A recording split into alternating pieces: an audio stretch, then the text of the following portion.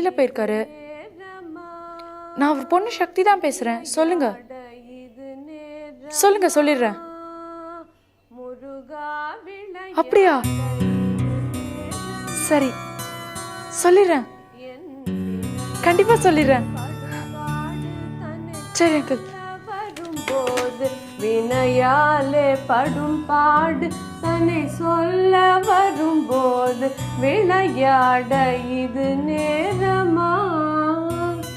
என்னடி? அப்பாவோட ஃப்ரெண்டு கோலாலம்பூர்ல இருக்காரு, அப்துல் வஹாப். அவர் ஃபோன் பண்ணாரு சித்தி. சித்தப்பா சிவனேசனை பத்தி தகவல் சொன்னாரு. அந்த சித்தி பேரு ஆதிலட்சுமியா, பொண்ணு பேரு சஹானாவா. நல்ல ராகத்தோட பேர்ல. இப்ப எங்க இருக்காங்களா? அது மட்டும் தெரியலன்னு சொன்னாரு. அப்பா கிட்ட போய் உடனே சொல்லணும் சித்தி. இப்ப வந்துருவாரு, அப்புறம் சொல்லிக்கலாமே. எனக்கு சஹானான்னு ஒரு அக்கா இருக்கத நான் உடனே சொல்லணும். அப்பா எங்க இருக்காரு சித்தி? சுவாமிகளை பார்க்க போயிருக்காரு. எம்ஆர்சி நகர்ல இமேஜ்னு ஒரு ஆடிட்டோரியம். தெரியும், நான் அப்பா கூட போயிருக்கேன். நான் ஓடி போய் சொல்லிட்டு வந்துடுறேன் சித்தி. சந்தோஷத்தை பாரு.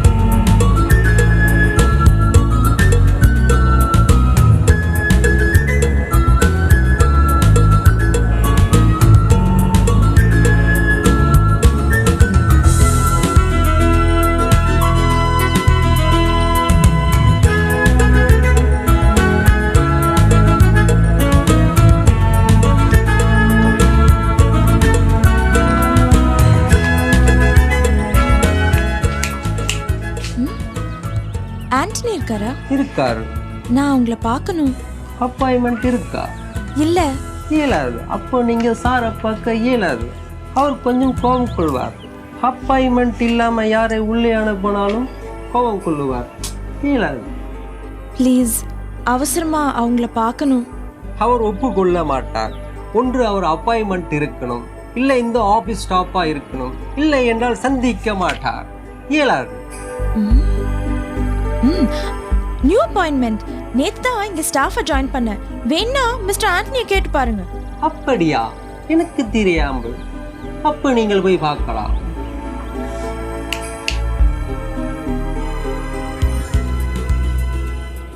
ஏய், அப்ப நீங்கள் என்னவா ஜாயின் பண்ணியிருக்கிறீர்கள்? கால்குலேட்டரா ஜாயின் பண்ணியிருக்கேன். கால்குலேட்டரா? ஆமா, இனிமே இங்க கூட்டல் கழித்தல் வகுத்தல் எல்லாமே நான் தான். கால்குலேட்டர் ஒரு போஸ்டா? பார்க்க ஏழுமா?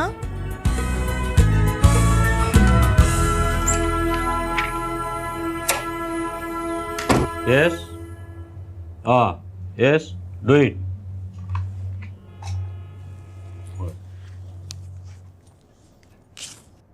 ஜாப் விஷயமா நேத்தே உங்ககிட்ட நான் ஃபோன்ல பேசியிருந்தேன். என் பேர் சஹானா. பேசுங்க.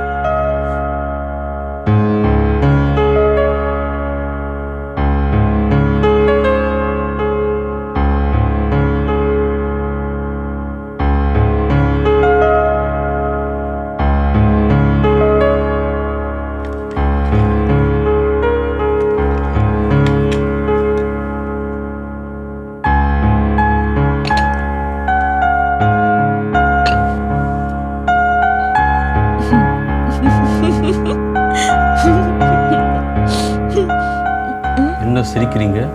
சாரி சார், நேத்தே வேலையில சேர்ந்துட்டேன்னு பொய் சொல்லி தான் உள்ள வந்தேன். அதான் அவங்கள பார்த்த உடனே சிரிப்பு வந்துருச்சு.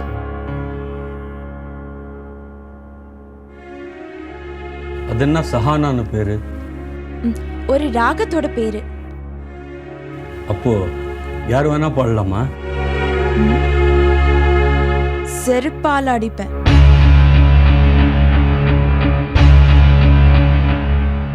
சாரி, நீங்க சொன்னது எனக்கு ரெண்டாவது அர்த்தம் தான் தோணுச்சு. சாரி. நீங்க அதை சாதாரணமா கூட சொல்லியிருக்கலாம். பட் நான் அப்படிதான். ரெண்டாவது அர்த்தம் தான் எனக்கு தோணும். எப்பவுமே நான் கொஞ்சம் முன்ஜாக்கிரதையான பொண்ணு. அது தப்பா சொல்லுங்க? இதோ பாருங்க, குளோரோஃபார்ம்னு நினைச்சுக்க சீஃப். எப்பவுமே என் பாக்கெட்ல இருக்கும். யாராவது என்கிட்ட மிஸ்சீஃப் பண்ணா அவங்க மூஞ்சில அப்படியே பிரஸ் பண்ணிடுவேன். அந்த ஆளு முறிச்ச போட்டுருவான். சாரி சார், நான் கிளம்புறேன். என் ஃபைலை கொடுத்துருங்க. வேலைக்கு தானே வந்தீங்க? ஆமா சார். இவ இப்பவே இப்படி பேசுறாளே, இவளுக்கு வேலை கொடுத்தா என்னெல்லாம் பேசுவாளோன்ட்டு உங்களுக்கு தோணும். அதிகமாக பேசுறவங்களுக்கு யாரும் வேலை தர மாட்டாங்க. அதுலேயும் பேசுறது பொண்ணா இருந்தா வேண்டாம் சார். படபடன்னு பேசுறீங்க. பேச்சில் இருக்கிற வேகம் வேலையிலையும் காட்டுவீங்கன்னு நம்புகிறேன். You are appointed. Thank you, but sorry sir, வேண்டாம். நீங்கள் ஜாயின் பண்ணிட்டீங்க ஆல்ரெடி. அப்பாயிண்டட் கையெழுத்து போட்டேனே. அப்படியே? அப்போ நான் அந்த வேலையை ரிசைன் பண்ணிட்டேன்னு வச்சுக்கோங்களேன். சாரி சார், இவ்வளோ தூரம் பேசிட்டு என்னால் இங்கே ஒர்க் பண்ண முடியாது. Sorry sir. சஹானா எப்பவும் இப்படி தான். சாரி.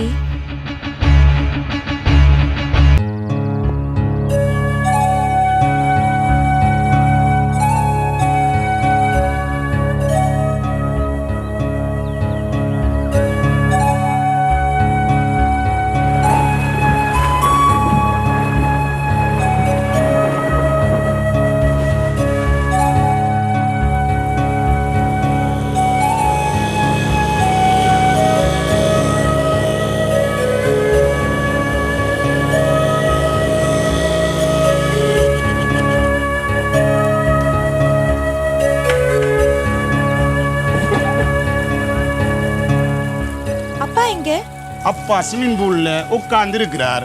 ஓ, குளிச்சுட்டு இருக்காரா? குளிக்க இல்ல, நீந்தி கொண்டிருக்கிறார். ரெண்டும் ஒண்ணு தானே பூலோகம்? அது எப்படி தங்கச்சி உண்டாகும்? குளிக்கிறது வேற, நீந்துறது வேற.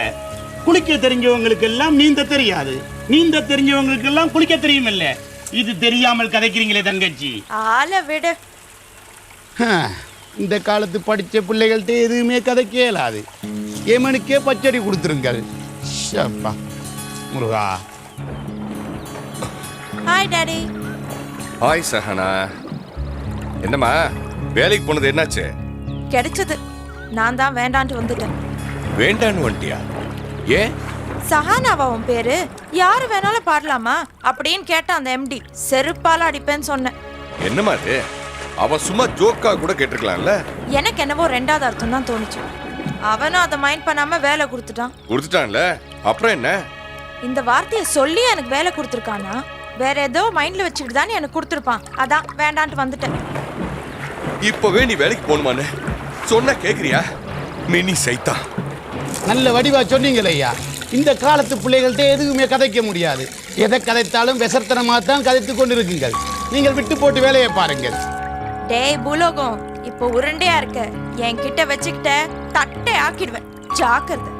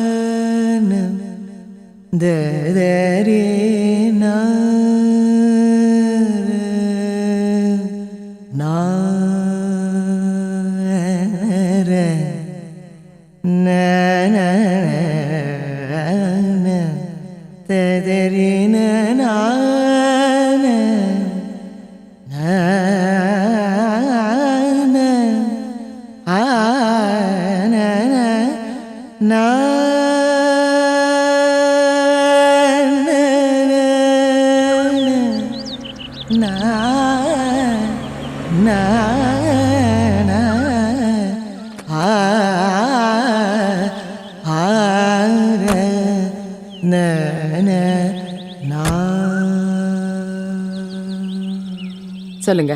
நாங்க மதனகோபால் அறக்கட்டளையில இருந்து வந்திருக்கோம். சரி. இந்து அம்மாவை பார்க்கணும். அப்படிங்களா? அவங்க பூஜையில இருக்காங்களே, கொஞ்ச நேரம் ஆகுமே. பரவாயில்லம்மா, நாங்க கொஞ்சம் வெயிட் பண்ணி பார்த்துட்டு போறோம். அப்படியா? சரி, நான் சொல்லி பார்க்கறேன் அவங்ககிட்ட. நீங்க அது வரல இங்க வெயிட் பண்ணுங்க. வாங்க.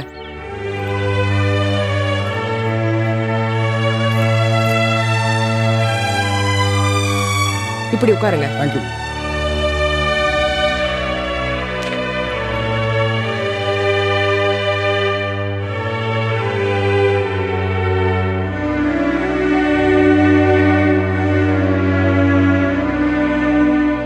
உன்னை பார்க்க 2 பேர் வந்திருக்காங்க. யார் அவங்க?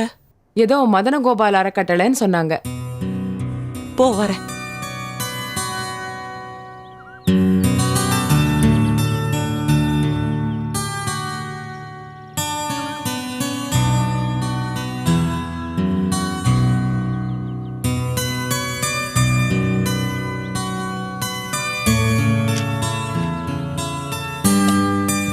வணக்கம். வணக்கம். நாங்க மதனகோபால் அறக்கட்டளையில இருந்து வந்திருக்கோம். உட்காருங்க. எங்க அறக்கட்டளையில 18வது ஆண்டு விழா கொண்டாடுறோம். அதுக்கு நீங்க ஒரு கச்சேரி பண்ணி கொடுக்கணும். கச்சேரியா? நான் கச்சேரி பண்றது இல்லையே. அப்படி சொல்லாதீங்க. கொழும்புல இருக்கிற எல்லா குழந்தைகளுக்கும் நீங்க தான் கர்நாடக இசை கத்து கொடுக்குறீங்க. கச்சேரி பண்றதுல என்ன இருக்கு? இல்ல, மேடையில ஏறி பாடுறதுன்றது உங்களால முடியுமா? யோசனை பண்ணாதீங்க. முடியும் முடியாதுன்றது இங்க பிரச்சனை இல்ல. கச்சேரி பண்ற மனசு இல்ல. விட்டுடுங்களேன். கொஞ்சம் தயவு பண்ணுங்கம்மா. ஐயா, மன்னிக்கணும். என்னை வற்புறுத்தாதீங்க. என்னால முடியாது. ஒரு காலத்துல சங்கீதம் எனக்கு வாழ்க்கையாகவும் சவாலாகவும் இருந்தது. ஆனா இப்ப அது ஒரு சமூக சேவை. அவ்வளவுதான். மேடை ஏறி பாடுறதுக்கு ஒரு மனசு வேணும். அந்த மனசை தொலைச்சு பல வருஷம் ஆச்சு. சரி, மாட்டேன்னு அடம் பிடிக்கிறீங்க. நாங்க என்ன பண்றது? இளநீர் சாப்பிட்டு போங்களேன். இருக்கட்டும். வரங்க வர.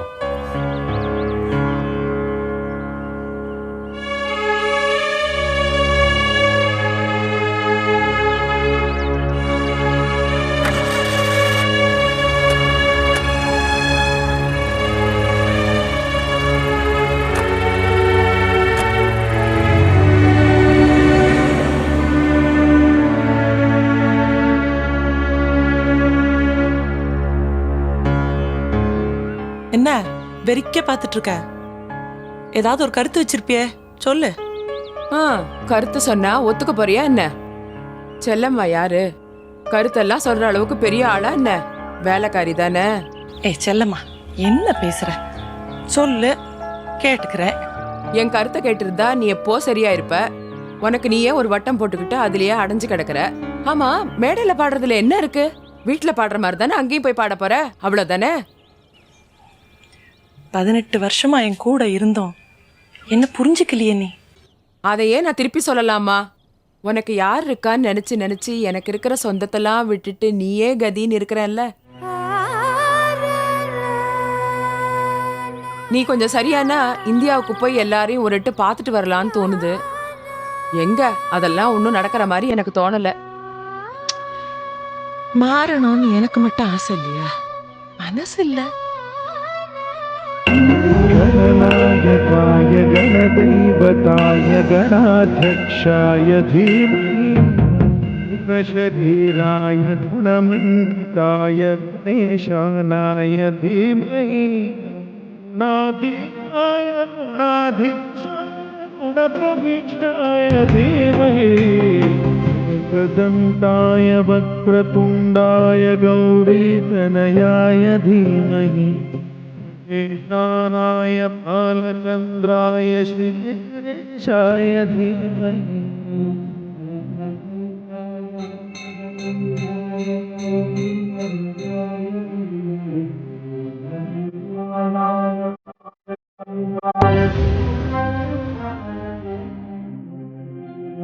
चतुराय गान प्राणाय गानान्तरात्मने गानोत्सुकाय गानमत्ताय गानोत्सुकमनसे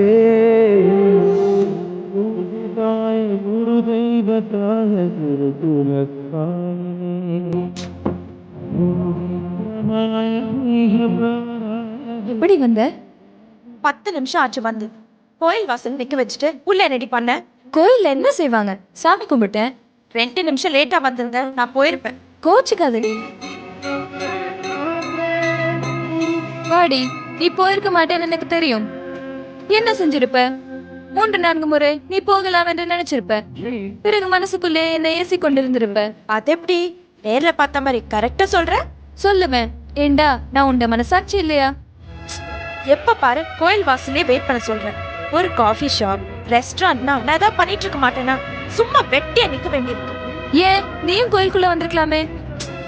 இன்னைக்கு தோணுச்சு, கோயிலுக்குள்ள போனா என்னன்னு தோணுச்சு. நல்லது, இப்ப போலாம். வேணாம், எனக்கு யாராவது சொல்லி ஒரு காரியம் செய்யறது பிடிக்காது. என்னைக்காவது ஒரு நாள் நீ கோயிலுக்குள்ள வரமாட்டியான் தான் உண்ட கோயில் வாசல நிக்க சொல்றேன். ஓஹோ, இதான் உன் பிளானா? இனிமே நான் உனக்காக கோயில் வாசல்ல வெயிட் பண்ண மாட்டேமா? என்ன கோயிலுக்கு வர வைக்கணும்னா சாமி செய்யட்டும், நீ செய்ய வேண்டாம். சரிம்மா, வா. எந்த ட்ரிக்க நீ புரிந்து கொண்டாய். இனி வேற ஏதாவது மாதிரி தான் நான் செய்ய வேண்டும்.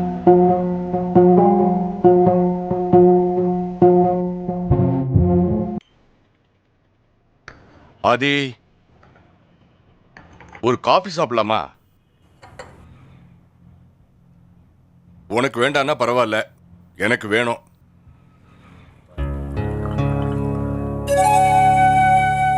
என்ன முறைக்கிற?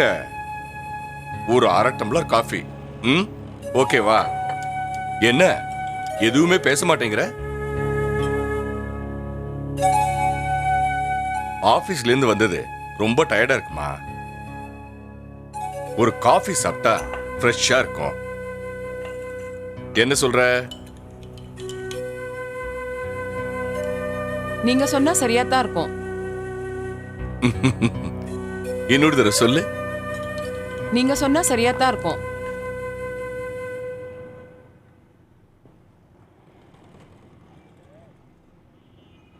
சிவா, சிவா, எனக்கு ஒரு காஃபி வேணும்டா. ஆதி, உன் பொண்ணு வந்துட்டா பாரு. கப்பு கேட்டின காஃபி, பாய் கேட்ல. பாத்தியம்மா, இனிமே நான் தான் கலந்துக்கணும். டேய் பைத்தியம், ஆரம்பிச்சிட்டியா? பாருமா, உங்ககிட்ட பேசிக்கிட்டு இருந்தாலே இவளுக்கு மூக்கு மேல கோபம் வந்துருது. எந்த நேரத்துல பிறந்தாலும் எதுக்கெடுத்தாலும் ஒரு கோபம். மினி சைத்தா. நீங்க சொன்னா சரியா தான் இருக்கும். நாம அப்புறம் பேசிக்கலாம். என்ன டாடி, உனக்கு எத்தனை தடவை சொல்றது இப்படி பண்ணாத இப்படி பண்ணாதேன்னு? நீ என்ன பச்சை புள்ளையா? அம்மா செத்து போயிட்டா, அதான் நிஜம். நீ நம்பணும். இத பாரு, நம்பிக்கைங்கிறது தனி மனித உரிமை இல்லையா? நீங்க சொன்னா சரியா தான் இருக்கும். டாடி, அம்மா உயிரோடு இருக்கிறதா நினைச்சுக்கிட்டு இப்படி நீ பேசிட்டு இருக்காத. மென்டல் கேஸ்ன்பாங்க யாராவது பார்த்தா. சொல்லிட்டு போட்டோம். நான் கவலைப்படல, ஆதிலட்சுமி கவலைப்படல. என்ன ஆதி? நீங்க சொன்னா சரியா தான் இருக்கும்.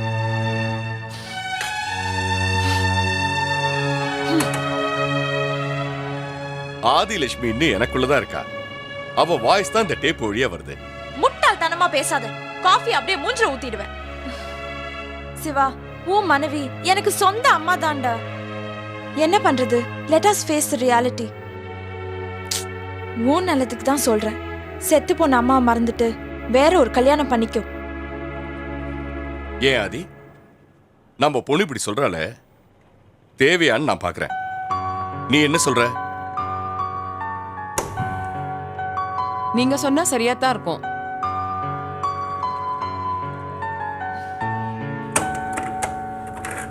இந்த டேப்பை கேஸ் அடுப்புல போட்டு பொஸ்கிற போறேன்.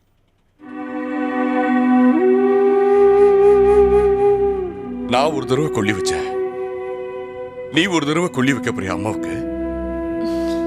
சிவா, உன்னை பார்த்தா ரொம்ப பாவமா இருக்குடா. உன் வாழ்க்கையே விசித்திரமா இருக்கு. இந்தியால இருந்து வீட்டு விட்டு ஓடி வந்து கோலாலம்பூர்ல எங்கெங்கயோ வேலை செஞ்சு படிச்சு முன்னுக்கு வந்து பணம் சம்பாரிச்சு நல்ல பொசிஷனுக்கு வந்து அம்மா செத்து போய் 15 வருஷம் ஆகியும் சன்னியாசி வாழ்க்கை வாழ்ந்துட்டு இருக்கியடா. சொன்னா கேட்க மாட்டேங்கிறியடா. டேப்ல இருக்கிற இந்த குரலே போதும் எனக்கு.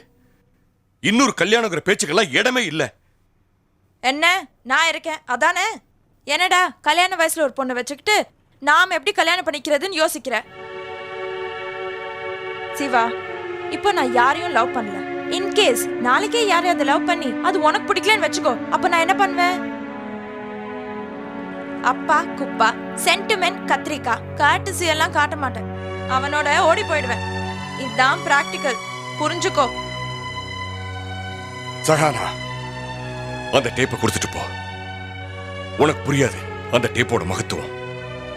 15 வருஷத்துக்கு முந்தி ஒரு புது டேப் ரெக்கார்டரை செக் பண்ணிட்டு இருந்தப்போ அம்மா தற்செயலா பேசினது ரெக்கார்ட் ஆகி அவ இருந்ததுக்கு ஞாபகமா வேற எதுவுமே இல்லாம அவ நினைவா அந்த ஒரு வாக்கியத்தையே திருப்பி திருப்பி ஒரு கேசட்ல 100 தடவை ரெக்கார்ட் பண்ணி வச்சிருக்கேன். அது எனக்கு பொக்கிஷம் மாதிரி. நான் அவளை தொலைச்சது போதும். நீ அவ குரலை தொலைச்சிடாத, எங்கேயாவது போட்டுறாத. அதை கொடுத்துட்டு போ.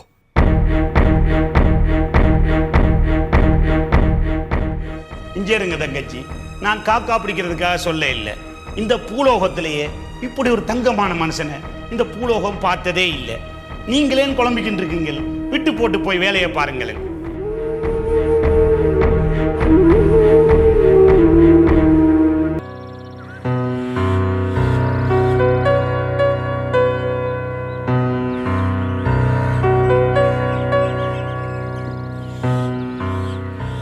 என்ன குமரன், நான் தான் வயிற்றுல உன் குழந்தைய சுமத்துட்டு இருக்கேன். மூச்சு வாங்குறது, என்னால் ஒன்றும் பேச முடியல. நீயாவது ஏதாவது பேசிட்டு வரலாம்ல. நீ வயிற்றுல கணத்தை சுமந்துக்கிட்டு இருக்க, நான் மனசில் கணத்தை சுமந்துக்கிட்டு இருக்கேன். என்னாச்சு Kumaran? You not happy with Surya? உங்கள் 2 பேருக்கு நடுவில் ஏதாவது மனஸ்தாபமா? ஆ?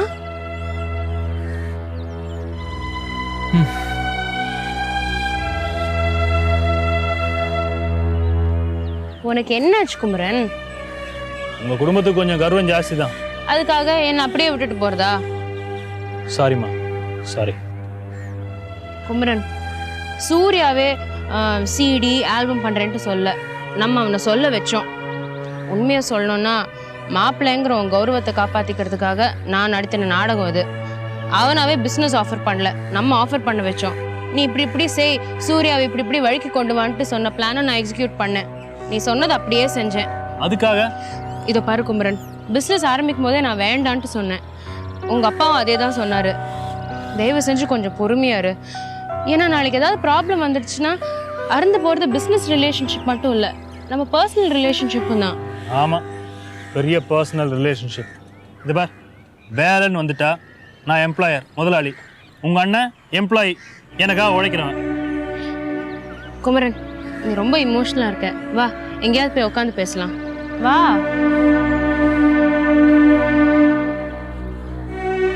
பார்த்து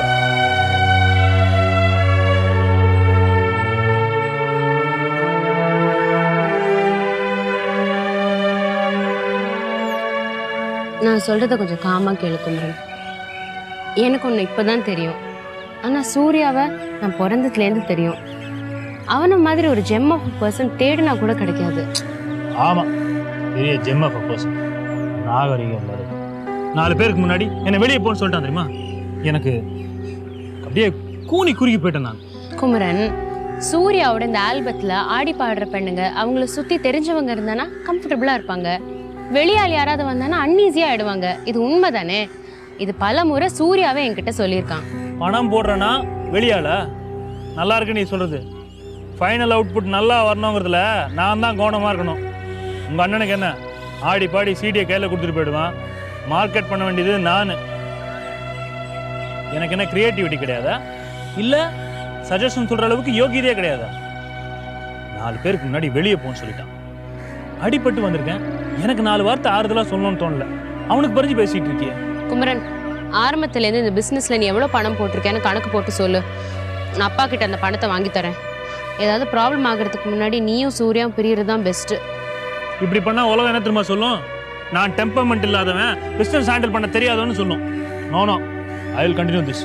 அப்போ நீ அவன் ப்ரொடக்ஷனில் தலையிடக்கூடாது ப்ளீஸ்.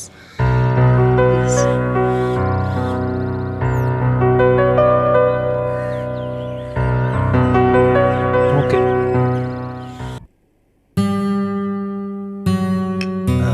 பைரவி, சூர்யாக்கு என்ன உடம்பு சரியில்லையா? டல்லாக இருக்கான்? தெரியலிங்க, 2 நாளாக ஒரு மாதிரியாக தான் இருக்கான். சரியாக சாப்பிட்றதில்ல. வெளியில் சாப்பிட்டு வந்திருப்பான்னு நினச்சேன். வெளியிலையும் சாப்பிட்றதில்லன்னு ஸ்ருதி சொன்னா. அவன் மனசில் என்ன இருக்குன்னு கேட்டு தெரிஞ்சுக்கலான்னு பார்க்குறேன். இதுக்கு என்ன நல்ல நாள் பார்க்க போறியா? கேட்டால் போச்சு. சூர்யா, உங்கள்கிட்ட ஒன்று கேட்கணும்பா. உன்னுடைய பர்சனல் விஷயத்தில் நான் தலையிடலாமாப்பா? என்னப்பா அப்படி கேட்குறீங்க? Are you all right? உடம்பு சரியில்லையா இல்லை மனசு சரியில்லையா? இப்போதான் புரியுதுப்பா. அனுபவம் தான், ஆரம்பம் தான். வேண்டாம், உறவு கெட்டு போயிடும்னு நீங்க எவ்வளவோ சொன்னீங்க.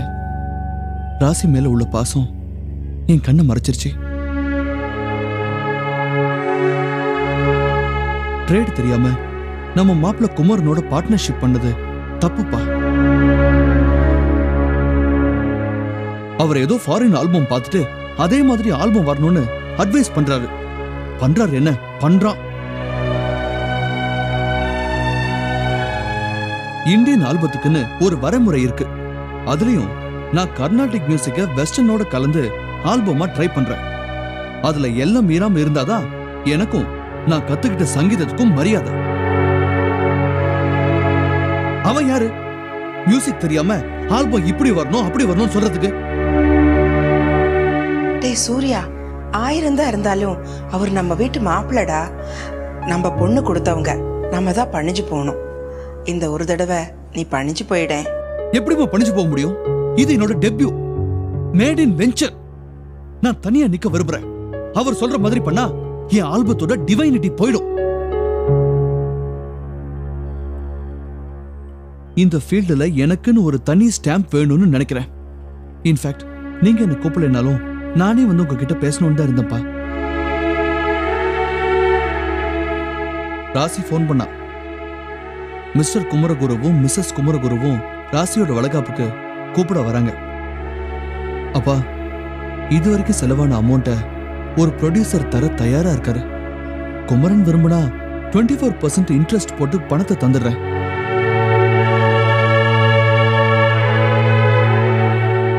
இதை நான் ஃபேஸ் டு ஃபேஸ் சொல்ல விரும்பல. தயவுசெய்து வரப்போற சம்பந்திக்கிட்ட நீங்களே நாசுக்கா சொல்லிடுங்க. தப்பு சூர்யா. வாயும் வயிறுமா இருக்கிற பிள்ளைய மனசு நோவைக்க கூடாது. சூர்யா, பைரவி சொல்றதுல கொஞ்சம் நியாயம் இருக்குப்பா. இந்த ஆல்பம் பிசினஸை பத்தி முதல்ல உங்ககிட்ட பேசினது ராசி தான். அவ பாவம் தன் புருஷனுக்கு ஏதாவது ஒரு தொழில் அமைச்சு கொடுக்கணும்னு ஆசைப்பட்டா. இப்போ நீ வேண்டான்னு சொன்னா அவ ஆசையை நிராசையாக்குற மாதிரி ஆயிடும். ராசிக்காக கொஞ்சம் மனசு இறங்கி வாப்பா. அப்பா, நான் சண்டை போட விரும்பல. வரப்போற பெரிய சண்டைய, விரோதத்தை தவிர்க்க விரும்புறேன். என்னால 2 குடும்பத்துக்கு நடுவுல பிளவு ஏற்படக்கூடாதுன்னு சொல்றேன். நீங்களே நாசுக்கா இத அவன் அப்பா கிட்ட சொல்லிடுங்களேன். சரி, சொல்றதுன்னு முடிவெடுத்துட்ட. அதை நீயே குமரன் கிட்ட சொல்லிடலாமேப்பா. அப்பா, நான் சொன்னா குமரன் என் ஃபீலிங்ஸ புரிஞ்சுக்க மாட்டான். ஏன்னா அவனுக்கு மியூசிக் தெரியாது. அவனோட அப்பா குமரகுரு புரிஞ்சுப்பாரு. ஏன்னா அவருக்கு மியூசிக்கும் தெரியும், மியூசிஷியனோட வலி என்னன்னு தெரியும். இல்லனா விலகரிய திருப்பி கொடுத்திருப்பாரா?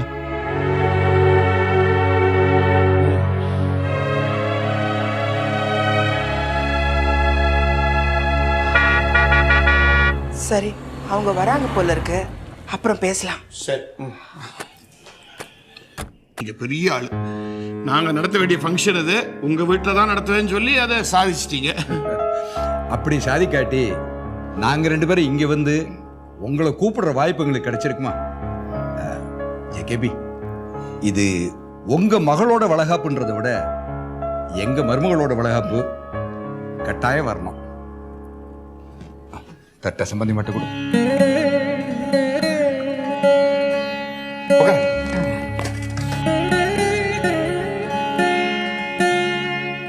Hello Surya, how are you? Fine uncle. Kumaran சொன்னா ஆல்பம் அற்புதமா பண்றியாம. அப்பா, சூர்யாவை சாதாரணமா நினைக்காதீங்க. அவன் தனக்குன்னு ஒரு முத்திரை பதிக்க போறது நிச்சயம். கர்நாடிக்கையும் வெஸ்டர்னையும் என்னமா பிளெண்ட் பண்ணி இழைய விடுறான் தெரியுமா? அடேயப்பா, புலிக்கு பிறந்தது பூனை ஆகாதுங்கிறது எவ்வளவு உண்மை தெரியுமா? He is having very high regards and respects for you. நீயும் குமரனும் தொழில் முறையில் ஜாயின் பண்ணது it's our good fortune. Thank you uncle. வெளியில் அர்ஜென்ட்டாக ஒரு வேலை இருக்கு, நான் போயிட்டு வந்துடுறேன். வரேன்ப்பா. பைரவி, அவங்க காஃபி கொண்டாமா. சம்பந்தி, ஜஸ்ட் எக்ஸ்கியூஸ் மீ, ஒரு நிமிஷம் இதோ வந்துடுறேன். என்னங்க அங்க என்னடான்னா நம்ம பையன் சூர்யா பேரை எடுத்தாலே குதிக்கிறான். அப்பா மாதிரியே திமிரு பிடிச்சவன் தூக்கி எறிய போறேன்னு சொல்றான். நீங்க என்னடான்னா குமரன் சூர்யாவை இந்திரன் சந்திரன் புகழ்ந்ததா சொல்றீங்க? சரோஜா, ரெண்டு பக்கமும் புகைச்சல் இருக்கும்போது அதை நம்ம ஊதி விடாம தண்ணி ஊற்றி அணைக்கணும். சூர்யா கிட்ட என் பையன் நல்லவன்னு நான் டிஃபெண்ட் பண்றதை விட அவனை நல்லவனா ஃபோக்கஸ் பண்றது தான் புத்திசாலித்தனம். நம்ம பத்தி இவ்வளவு உயர்வான அபிப்பிராயம் வச்சிருக்கானே, அவனை போய் நம்ம தப்பா நினைச்சிட்டோமேன்னு சூர்யா குமரனை பத்தி நினைக்கணும். அதே மாதிரி நாமும் குமரன் மனசுல சூர்யாவை பத்தி நல்ல எண்ணத்தை விதைக்கணும். சரோஜா, இந்த வளகாப்புங்கிறது பொம்பளைங்க சமாச்சாரம். நீ சம்பந்தி அம்மாவும் பேசி எல்லா டீட்டெயில்ஸும் ஒர்க் பண்ணீங்க. நானும் ஜேகேபியும் கையை கட்டிக்கிட்டு வேடிக்கை பார்ப்போம், அவ்வளோதான். கவலைப்படாதீங்க, எல்லாம் நாங்கள் பார்த்துக்குறோம். சம்பந்தி, ஒரு விஷயம். நேற்று பைரவி பாண்டி பஜார் போயிருந்தப்போ நைட்டிஸ் எல்லாம் வாங்கிட்டு வந்தார் ராசிக்காக. இந்த சமயத்தில் இதை போட்டுக்கிட்டாங்கன்னா கொஞ்சம் கம்ஃபர்டபுளாக இருக்கும் இல்லையா? கொடுத்துருங்க. இன்னொரு விஷயம் சம்பந்தி, என் தங்கச்சி பையன் சிவமணின்னு பேர் ஜப்பான்லேருந்து வந்திருக்கிறான். ராசி ப்ரெக்னென்சியை பற்றி அவங்ககிட்ட சொன்னேன், ரொம்ப சந்தோஷப்பட்டான். ஊருக்கு போகிறதுக்கு முன்னாடி அவளை பார்க்கணுன்னு விரும்புகிறான். நாளைக்கு அவனை கூட்டிகிட்டு வரேன். அதனால என்ன, கட்டாயமாக கூப்பிட்டு வாங்க. அப்போது நாங்கள் கிளம்புறோம்.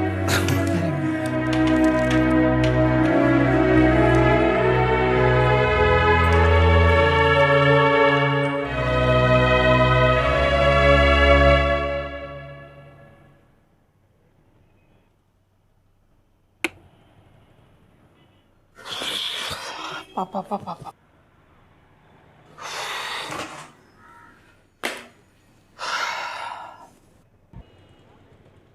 என்னடி மீரா, எங்க போயிட்ட காலங்கத்தால?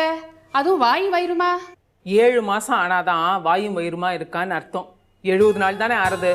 ராதா வர சொல்லியிருந்தா பேங்க்ல தனியா வாழ்ற பொண்களுக்கு ஏதோ லோன் தராளாம். அது சம்பந்தமா என்கிட்ட கையெழுத்து வாங்கிட்டா. அம்மா, இந்த உலகத்தை பார்த்தா எவ்வளவு ஆச்சரியமா இருக்கு தெரியுமா? பெட்ரோல் பங்க்ல பெண்கள், பேங்க்ல பெண்கள், போலீஸ்ல பெண்கள், கடையில பெண்கள்னு பாக்குற இடங்கள்லாம் பெண்கள். அவ தனக்காகவும் தான் குடும்பத்துக்காகவும் என்னமா உழைக்கிறா. இந்த விஸ்வநாதன் தான் உலகம், அவனுக்கு வத்த குழம்பு பண்ணி போடுறதான் வாழ்க்கைன்னு நான் வாழ்ந்துட்டேன். சொல்லு மீரா, தப்பா எடுத்துக்காதேடி. 1000 நியாயம் நீ சொன்னாலும் விஸ்வநாதனோட வாழறதுதான் முறை. வாழாவிட்டி வாழ்க்கை ஒரு வாழ்க்கையாடி. வந்தது வந்தாச்சு. இனிமே நம்ம 2 பேரும் மானத்தோட வாழ்ந்தானோ. நீ போய் இந்த விஸ்வநாத கடங்காரனை போய் பாரு, அவனோட சமரசம் வச்சுக்கோ. அப்படி இப்படின்னு சொன்னேன்னு வச்சுக்கோ, நான் பத்திரகாளியா மாறிடுவேன். புரிஞ்சுதா? அதுக்கு இல்லடி மீரா, என் வாழ்க்கை முடிஞ்சு போயிடுது, உன் வாழ்க்கை தொலைஞ்சு போயிடுது. இனிமே நம்ம வாழ்ந்து என்ன, வாழாம என்ன? அப்படி சொல்லாத. இந்த உலகத்துல பல விதவைகளும் வாழாவெட்டிகளும் தான் சரித்திரம் படைச்சிருக்கா. இத்தனை நாள் டிவியை பார்த்து தத்து பித்துன்னு பேசிட்டு இருந்த, இப்ப அந்த ராதா சொல்றதை கேட்டுட்டு தத்து பித்துன்னு பேச ஆரம்பிச்சிட்டேன். அம்மா, இந்த 31 வருஷத்துல 10 வருஷம் வந்தவன் போனவனுக்கு நமஸ்காரம் பண்ணியும் கொஞ்ச நாள் விஸ்வநாதனுக்கு வாக்கப்பட்டும் அர்த்தம் இல்லாம வாழ்ந்தாச்சு. இனிமே இருக்கிற வாழ்க்கையாவது அர்த்தத்தோட வாழணும் இல்லையா? சொல்லு.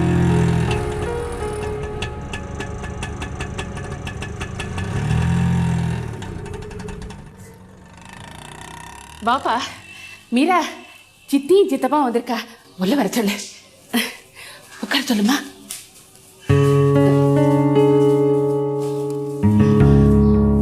சுனிதா போடி.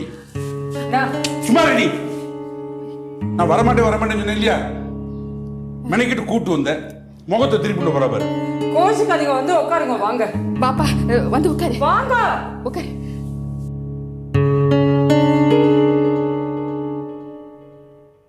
நீ உட்காருமா. இல்லை பரவாயில்ல மணி. அது ஒன்றும் இல்லைப்பா, நீ வந்த சந்தோஷத்தில் என்ன பேசுன்னு தெரியாம சமாளிக்க பண்ணி நான் என்ன குழந்தையா? அவ எப்படி போறான்னு எனக்கு தெரியாதா? இந்த பாருங்க, நீங்க என்ன வான்னு கூப்பிட வேண்டாம். எனக்கு நீங்க அம்மா ஸ்தானத்துல இருக்க. அவ கூப்பிடணுமா வேண்டாமா? சரி கூப்பிட வேண்டாம், முகத்தை திருப்பாமல அது போலாம் இல்லையா? இந்த பாருங்கண்ணா, ஆத்துல இருந்து கிளம்பும் போது என்ன சொல்லிட்டு வந்தேன்? இப்ப அதெல்லாம் வேண்டாம். என்ன சொல்லிட்டு வந்தேன் அது சொல்லுங்க. ஐயோ அகிலா, விடேண்டி, அதையே பெருசுப்படுத்திட்டு இருக்க. இல்லை மண்ணி, மீரா பிள்ளையான் இருக்கா பாவம், அவளுக்கு பிடிச்ச பலகாரம் எல்லாம் பண்ணி எடுத்துக்கோ. எப்படியாவது பேசி அவளை நம்ம பாத்துக்கு மறுபடியும் அழிச்சுன்னு வந்துடணும்னு சொல்லி அழிச்சுன்னு வந்துட்டு இங்க வந்து முருங்கை மரம் ஏறிண்டு உட்காந்துருக்காரு. உங்க பொண்ணுதான் ஒரு குழந்தைன்னா இவர் அதை விட பெரிய குழந்தையா இருக்காரு. நான் அப்படித்தான் சொல்லிட்டு வந்தேன். ஆனா அவ எப்படி நடந்துட்டாவ? உங்களுக்கு இருக்கிற கோபம் நாம தானே அவளுக்கும் இருக்கும். பாட்டி அதெல்லாம் சொல்லாத, எல்லாம் ஒரு பிடிவாதம், திமிரு அவளுக்கு, வேற ஒண்ணு. உங்க திமிரு, உங்க பிடிவாதம் அப்படியே வந்திருக்கு அவளுக்கு. சொல்லிட்டு இருக்கா திருப்பி. சித்தி, ஆத்துக்கு வந்தா 4 வார்த்தை அமைதியா பேசிட்டு போறதுன்னா போ சொல்லு. தேவையில்லாம இந்த கத்திர வேலையெல்லாம் வேண்டாம். சித்தப்பா அப்படித்தான் பேசுவான்னு சொல்லு. 1.5 லட்சம் ரூபாய் செலவழிச்சு கல்யாணம் பண்ணி கொடுத்தேனே, அது ஞாபகத்துக்கு வராட்டா பரவாயில்ல. ஆனா அந்த விஸ்வநாதனுக்கு கல்யாணம் பண்ணி கொடுத்து டாக்ஸியில் அனுப்பும்போது இத்தனை நாளா நம்ம மாத்துல இருந்த பொண்ணு வேற ஆத்துக்கு போறாளேன்னு கண் கலங்கினேனே, அது ஞாபகத்துக்கு வரணும். எல்லாம் ஞாபகத்துக்கு வராம போகுமான்னு கேளு சித்தி. அந்த கடங்காரனோட குடும்பம் நடத்தினாலும் ஒரு பிடிக்கொழுக்கட்டையோ ஒரு பொருளங்காய் உருண்டையோ பண்ணா நம்ம சித்தப்பாக்கு இதெல்லாம் பிடிக்குமே அப்படின்னு எத்தனை தடவை ஓடி ஓடி வந்து கொடுத்துருக்கேன் சொல்லு. அங்கதான் இந்த சித்தப்பா ஏமாந்துட்டார் நான் சொல்லுடி. சித்தப்பா பார்க்க வரும்போதும் ஆசாசியா பட்சணமும் பலகாரம் கொண்டு வந்தாலே அவ சந்தோஷமா இருக்காளாக்குன்னு நினைச்சிட்டேனா. சாவிதாரம் வழியா பாக்குறதையும் வென்டிலேட்டர் வழியா பாக்குறதையும் தாய் ஸ்தானத்துல இருக்கிற உங்ககிட்ட தானே சித்தி சொல்ல முடியும். தகப்பன் ஸ்தானத்துல இருக்கிற சித்தப்பா கிட்ட இதெல்லாம் போய் சொல்ல முடியுமா சொல்லு. சொன்னா என்ன, சொல்லியிருந்தா ஆரம்பத்திலே சரி பண்ணிருப்பேன். இப்படி தாய் மகளும் அனாத வாழ்க்கை வாழ வேண்டாம். இது ஒன்றும் அனாத வாழ்க்கை இல்லை, அர்த்தமுள்ள வாழ்க்கை. உலகத்தை மனுஷால புரிஞ்சுட்ட அர்த்தமுள்ள வாழ்க்கை. வெளியில வந்து சாப்பாட்டு கஷ்டப்பட்டாலும் ரோஷத்துக்கு ஒன்றும் குறைச்சல் இல்லை. மனுஷால புரிஞ்சுட்டாலாம். என்ன புரிஞ்சுட்டா மனுஷால? இங்க யாரும் கஷ்டப்படுறான்னு ஒன்றும் சொல்லி அனுப்பல. வாய் வயிறுமா இருக்காடி, பிடி கொழுக்கட்டையும் பொருளுங்க ஒன்றையும் பண்ணிட்டு போனான்னு ஆசையா சொன்னேன் பாரு. எனக்கு இதெல்லாம் வேணும். கொண்டு கொடுத்த வரைக்கும் ரொம்ப சந்தோஷம். ஆத்துல ஆம்பளை இருந்தா 4 வார்த்தை பேசத்தான் செய்வா.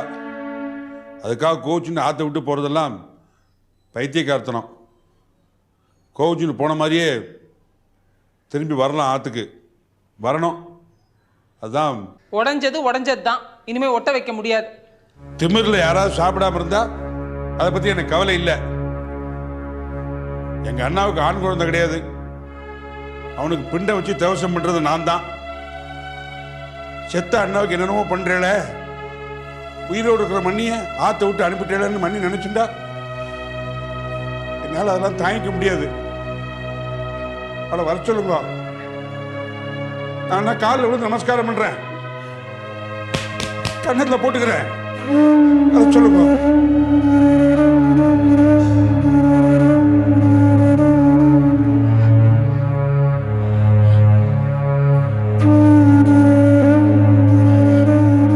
சித்தப்பா,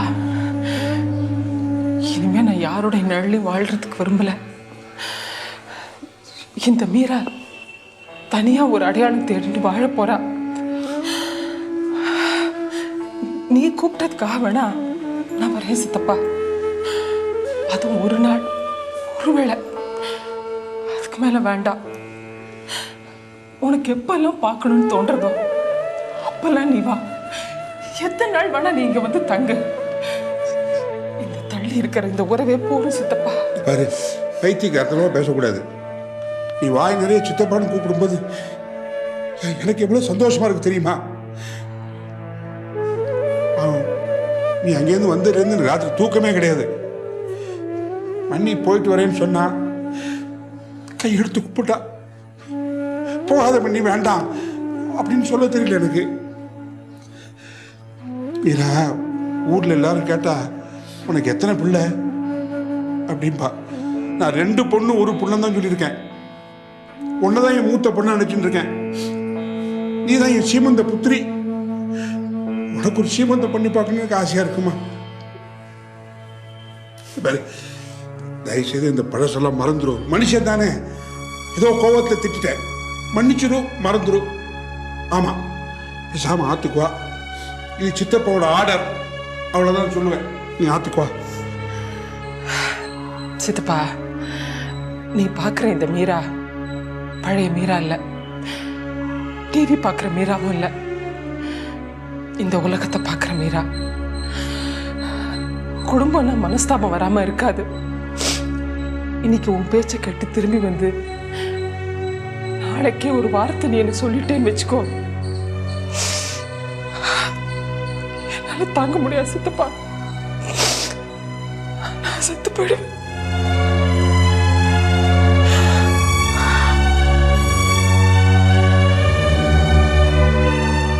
சித்தப்பா, நான் தான் ஒன்றும் தெரியாத மத்தவா நிழல்ல வாழ்ற ஒரு கட்டுப்புட்டி அம்மாவுக்கு பொண்ணா பிறந்துட்டேன். பேமாலமாவே இருந்துட்டேன். எனக்கு பிறக்க போற குழந்தையாவது தன்னம்பிக்கை உள்ள, தனக்காக உழைக்கிற ஒரு தாய்க்கு பிறந்ததா இருக்கட்டுமே. என்ன சொல்ற சித்தப்பா?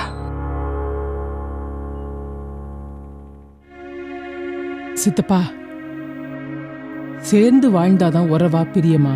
சொல்லு. உறவும் பிரியமும் ஒரு கூரைக்குள்ள இல்ல சித்தப்பா, அது மனசுல இருக்கு. நீ இப்ப மனசு மாதிரி என்ன கூப்பிட வந்தப்ப இதுவே எனக்கு போரும் சித்தப்பா. அதான் பிரியம், அதான் ஸ்நேகம்.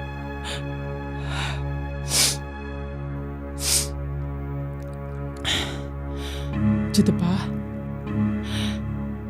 நான் இப்ப குளிக்காம இருக்கேன். உங்களுக்கு பேரம் வேணுமோ பேத்தி வேணுமோ எனக்கு தெரியாது. ஆனா எனக்கு உங்களோட ஆசீர்வாதம் வேணும். என்ன ஆசீர்வாதம் பண்ணுங்க. கிழக்க பார்த்து நல்லா இருமா.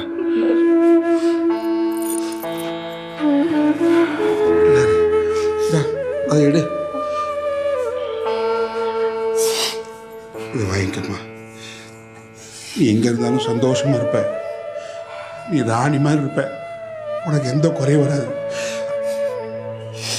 நீ எங்க இருந்தாலும் சித்தப்பா சித்தப்பான்னு கூப்பிடுவ இல்லையா, அது என் காதில் ஒழிச்சுட்டே இருக்கும். மண்ணி, அரே மண்ணி.